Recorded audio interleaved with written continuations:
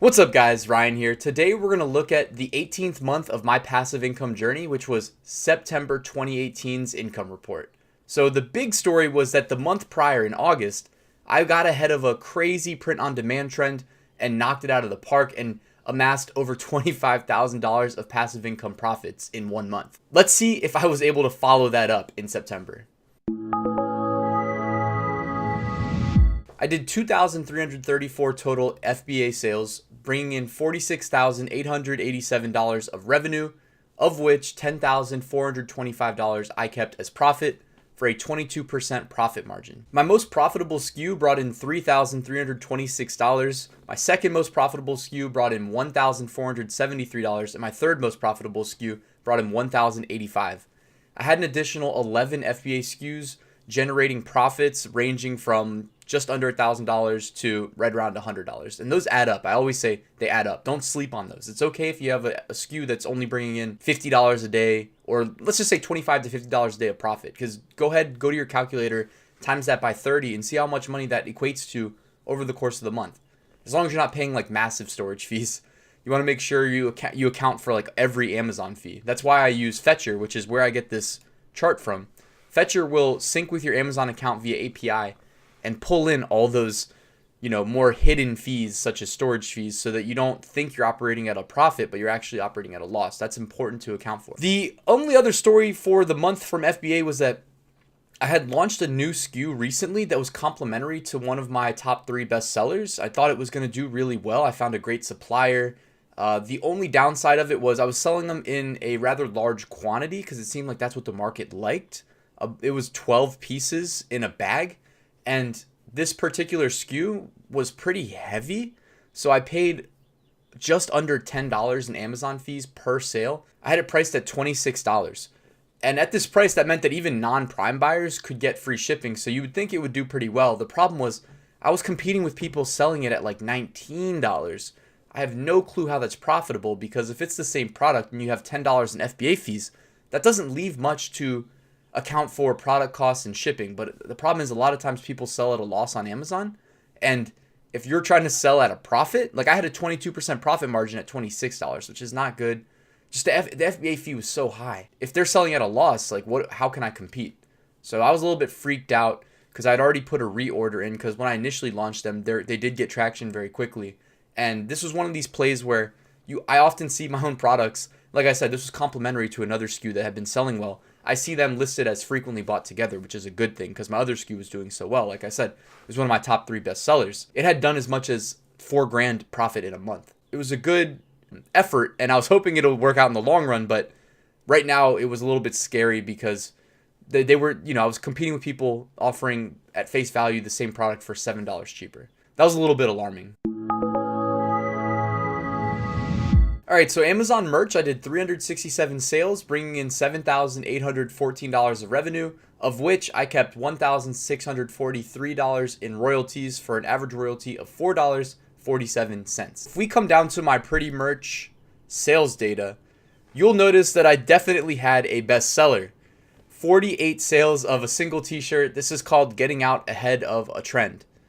And you can bet that if you see 48 sales on merch, I was also selling the same shirt really well on Etsy, on Redbubble. Sometimes I'll list them on Amazon, especially Amazon EU, by the way. Don't sleep on that. If I see a trending shirt in America, I'll just throw it up there. It usually gets a sale or two. This one shirt brought in $247.48 of royalties on its own on 48 sales. The second shirt that did 10 sales was the same shirt, but what I'll do is I'll list a design that's selling well on standard, premium, long sleeve, hoodies, and pop sockets.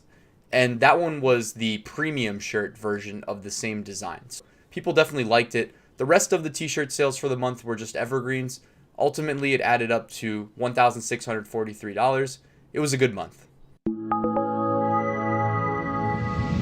So I did 485 dropshipped print on demand sales, bringing in $4,084 of profit.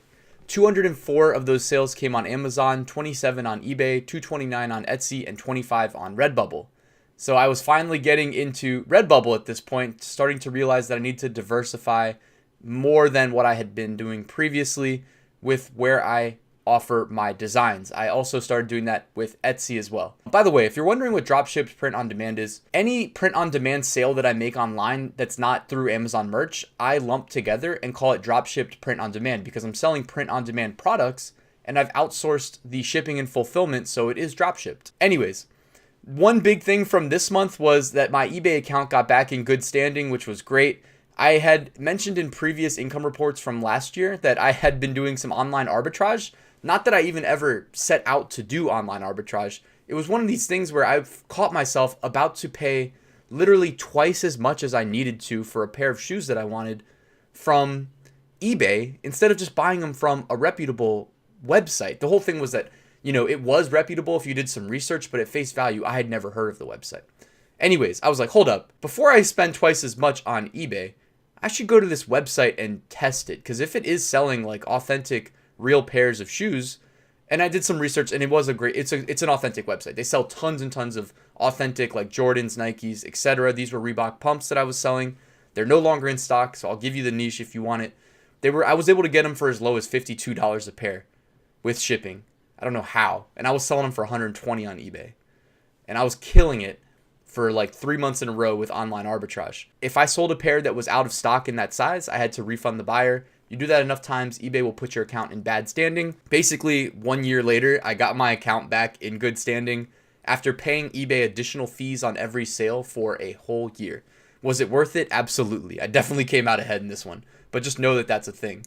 I had a big takeaway from the month before where I got out ahead of that massive trend and crushed Etsy. I mean, on Etsy alone, I did over $10,000 in revenue the month prior. So what I started doing this month was uploading basically all of my designs. I mean, not all, because you pay per listing on Etsy 20 cents and that renews 4 times a year. So I didn't go crazy. Like if I didn't think a design would sell or if it was a design that didn't have a lot of sales history that I had put on merch. By the way, I re-upload to merch too. I always set timers, and when they fall off, I'll just re-upload them. Even if it's sold, I'll just re-upload because then you double or triple the likelihood of getting a sale if you go from having 1 shirt with a design to 2 or 3. But if it had sales history, I would put it on Etsy, and I have a lot of designs at this point because I've been doing Amazon merch since March of 2017. We're now in September 2018, and I had been uploading and creating regularly. So I had a lot of uploading to Etsy to do. And also Redbubble was on my radar. I was really prepping because this is like the ramp up time for Q4. And I was just trying to get my designs on as many products as possible, on as many marketplaces as possible, diversify, find new trends, and just crush Q4 as much as possible. So here's a glimpse at my Etsy promoted listing analytics for the month. I spent $162.69 to generate $1,107.02 of revenue. I had 134,490 impressions generated from that ad spend and ultimately 1,287 clicks. With Etsy promoted listing analytics, I just set a ceiling max CPC and then I auto enable my promoted listings for every new listing that I create. That way it's a automated process. It's streamlined. I don't have to worry about manually enabling it. It takes care of itself. And yeah, I mean, it's worth doing. Even if you put the minimum bid in, which I think is like 5 cents, it's worth doing because sometimes you'll be indexed on keywords that have really low competition or you're competing with people who don't have promoted listings enabled and you can jump straight to the top of search results, which is obviously where the money is made. I should also mention that I had a 6% Printful volume discount for all of my sales from this month that I earned because I did so well with my August sales. In August, I sold over $15,000 of Printful products, which earned me that 6%. This month, I sold enough to earn a 5% Printful volume discount, which would be applied the next month in October. That's the cool thing about Printful, guys. The more you sell, the better your volume discounts get and the more profit you keep. It's a great thing about Printful. You know, if you're thinking about signing up for Printify versus Printful, consider this too. I mean, this is overlooked often. I know Printify tries to lure you in by offering, they give you the ability to pay a monthly fee and then you can get discounts on most of their products. However, things that get overlooked are like shipping costs are way higher on Printify. They don't have the dynamic shipping, or at least they don't present you the dynamic shipping options as a seller that I see on my Printful UI that saves me a lot of money since I charge flat rate to my customers. Also, these volume discounts, as long as you're doing well, this is just a percent of a profit margin that you're getting to keep. So keep that in mind. All right, guys. So to summarize month 18 of my passive income journey, September 2018's income, I did $10,425.15 of FBA profit, $1,643.21 of Amazon merch profit, $4,084.49 of drop shipped print on demand profit, and $282.62 of Google AdSense profit. Altogether, that combined for $16,301.69 of passive income profits on the month. It's not as much as I did in August, but I expected some regression because what really fueled my big numbers in August, and also it was still fueling my numbers here. I mean, the trend hadn't completely died out, but there was one trend that I pretty much owned on the internet, and I just made so much money off of it. And while that was starting to wane, I learned a lot from it, and I was trying to position myself better for the future, setting up more and more evergreens, diversifying where I offer my print on demand products. And it was a good month, and I was confident the future was going to be good as well. So guys, thanks for checking out this video. If you liked it, hit the like button. Please subscribe, comment, let me know if you liked it, and I'll see you at the next one. Wherever she goes, I go, we roll, we go, flying over cities down to Rio. It's Rio, love that I feel. Oh, nothing lasts forever, but I'm down for the minute, so just chill.